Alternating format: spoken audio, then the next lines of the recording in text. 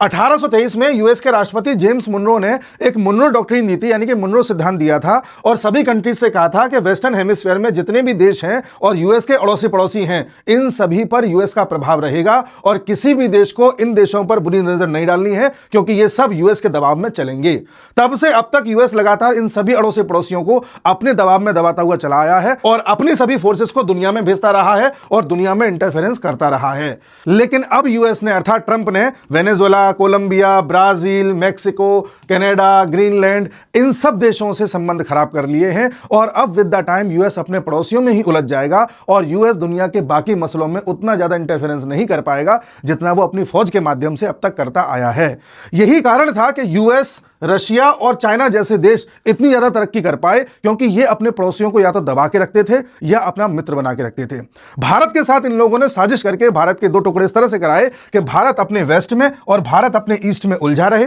With the time यहां पर terrorism पैदा करवाया गया, जिससे कि भारत टेररिज्म में भी उलझा रहे और फिर चाइना भी आ गया। यानी भारत अपने अड़ोसी पड़ोसियों में और उनके द्वारा फैलाए गए आतंकवाद में इस कदर उलझ गया कि जहां भारत को होना चाहिए था वहां भारत नहीं पहुंच पाया। अब यही चीज यूएस के साथ होने जा रही है। तो एक तरफ डीडॉलराइजेशन, एक तरफ ब्रिक्स का मजबूत होना और उधर यूएस के अड़ोसी पड़ोसियों के साथ संबंध खराब होना, ये सभी विद द टाइम यूएस को कमजोर करेंगे। हो सकता है आज के कुछ साल बाद जब यूएस का डाउनफॉल हो जाए और आज के 10-20 साल बाद जब हम इतिहास पढ़ रहे हों तो एक फैक्ट सामने निकल के आए कि यूएस में ट्रंप को चुना नहीं गया था, चुनवाया गया था। हो सकता है किसी देश की इंटेलिजेंस लगी रही हो और जानबूझ करके ऐसा रास्ता बनाया गया हो कि ट्रंप वहां पर आए और बेड़ागर किया जाए। ऐसा होता है जियोपॉलिटिक्स में। और हो सकता है विद द टाइम लोगों को यह भी समझ में आ जाए कि जिन्ना के अलावा भी इस देश में कुछ नेता ऐसे थे जो अपनी महत्वाकांक्षाओं के चलते विदेशियों के साथ मिलकर इस देश के टुकड़े करवा गए थे।